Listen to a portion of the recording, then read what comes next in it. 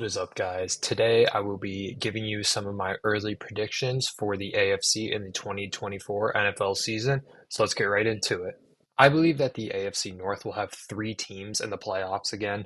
They had three teams last year, and I think the division is even better this year.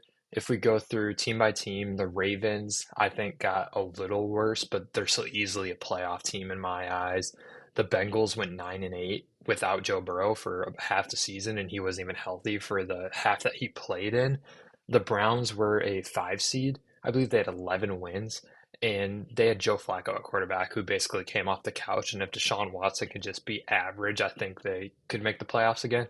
And then the Steelers, it's the same kind of argument. They made the playoffs with Kenny Pickett, Mitch Trubisky, and Mason Rudolph, and they're getting Justin Fields and Russell Wilson. And no matter what you think of those guys, I think both of them are better than any of the three quarterbacks they had last year. I would not be surprised if any of these four teams made the playoffs, so I just think it's safe to say that three of them probably will. I think that the New York Jets will win the AFC East. And when looking at some early power rankings from people, I'm kind of surprised how low the Jets are. They're much more from in the 10 to 15 range rather than the 5 to 10 range. And I don't know if I necessarily agree with that. I would like to start this off by saying I was not a fan of what they did last year. They just traded for Rodgers and put him in a bad offense with a bad offensive line and only one established receiving option in Garrett Wilson. But I think they totally flipped the script this year. They drafted Olu Fashanu in the first round, which is a great pick. They traded for Morgan Moses to play right tackle from the Ravens and signed left tackle Tyron Smith and also signed Mike Williams, which I think is something that a lot of people are forgetting about. And I don't know, I think this offense can be good this year, and we all know that the defense is going to be top three, top two, maybe even the best defense in the NFL. They're supremely talented, and they did better than I thought last year with Zach Wilson, which is why I'm making this prediction because I think that putting Rodgers in this offense, even if he is like a 16th best quarterback in the NFL, I think this is a playoff team. The AFC East is weaker than last year. The Bills had to trade or cut almost everyone to clear out the cap room, and I am very skeptical of the Dolphins, as I will elaborate later in this video. And I don't know. I just think that this might be the Jets' year. Now, I don't know. I don't think they're true contenders in the AFC. Like, I can't see them beating the Chiefs, but I do think that they could get far in the playoffs. I think that CJ Stroud will lead the NFL in passing yards.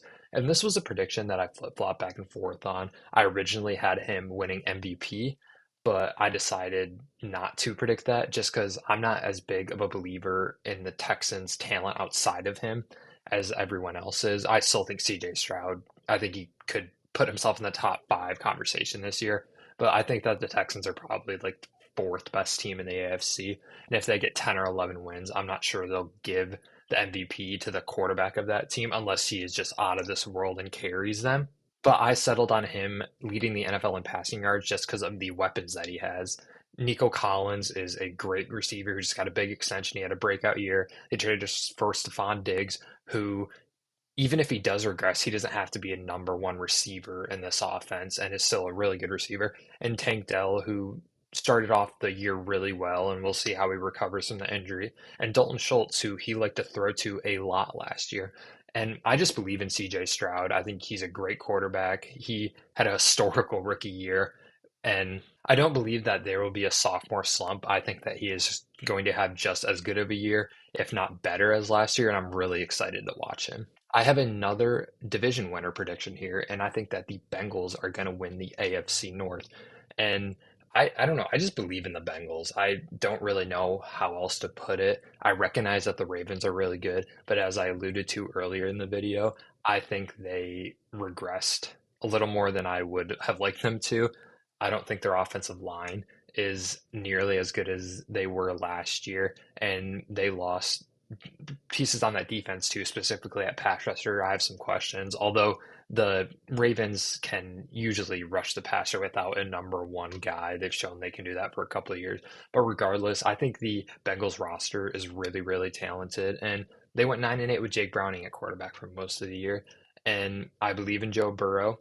And another underrated thing is that the Ravens play a first place schedule because they finished first in the division, and the Bengals will play a fourth place schedule. So they'll play teams like the Chargers and the Titans and the Patriots, and I think that could propel them to win the division. And I still think the Ravens are going to be really good, and so are the Bengals. I think it's going to be a close race, but if I had to choose right now, I think I would give it to the Bengals. I think that the Miami Dolphins will lose in the wild card round for the third straight year. And this is a prediction that I feel really strongly about. I do think they will make the playoffs. I would be very surprised if they didn't just because have so much talent. But I don't think this team is built to handle the attrition of an NFL season. Both sides of the line, the offensive line and the defensive line, have questions. I'm not sure how either of them will perform. And it's hard for me to bet on a team that has that kind of issues to last a full season. Yeah, they have a really good offense, but if they rely on explosive plays, and if they can't get those explosive plays, then it ends up looking like how it did last year in the wild card game against the Chiefs. And like I said, I just can't bet on that after watching that game and watching the collapse in the back half of the season. This team has showed that they can't really play in the cold, and although that probably won't affect a lot of the regular season, if they are a wild card team, they'll have to play on the road in Kansas City or Baltimore or maybe against the Jets or in Buffalo or Cincinnati. Like there are a ton of teams with these outdoor stadiums, and I have no faith in them to succeed in the cold weather just because they rely on these explosive plays to Tyreek Hill and Jalen Waddle and these explosive runs with Devon Achane and Raheem Mostert and such. And like I said, I don't know if they can handle the attrition of a full NFL season. And I think that this year will play out a lot like it did last year. I think that the Kansas City Chiefs will play the Cincinnati Bengals in the AFC Championship for the third time in the last four seasons. And I shouldn't really have to justify why I think the Chiefs are going to get there. I feel like they've proven to everyone why you shouldn't bet against them, and they're my prediction to win the Super Bowl because why should I pick anyone else? And I believe in the Bengals. As I said earlier in this video, I think they'll win the AFC North. I am a huge Joe Burrow fan. I think in the clutch, there is no other quarterback other than Patrick Mahomes in the NFL that I would have other than Joe Burrow. And I think this is an awesome matchup. Joe Burrow has been the only quarterback still active, other than Tom Brady, who has had Patrick Mahomes' number. And this would be extremely entertaining. I think, like I said, these are the two most clutch quarterbacks in the NFL in my mind. And I would love to see this matchup for the third time. I believe that the Denver Broncos will have the worst record in the NFL. This is a team that I have zero faith in. I think if I had to choose to be a GM of any team, this would be the last team I would pick just because they almost have nothing. The only positions that they really have locked down, we're like, oh, I feel good about that, is a number one corner in Patrick Surtain. I guess they have two decent tackles in Garrett Bowles and Mike McGlinchey and an okay wide receiver core, I guess. But this team is really rough. And if you add the quarterback room into that, I think Bo Nix will be a bottom 10 starting quarterback easily. I think he'll stick in the NFL, but I don't believe that he can be a starter that can really elevate a team or even be an average starter at that.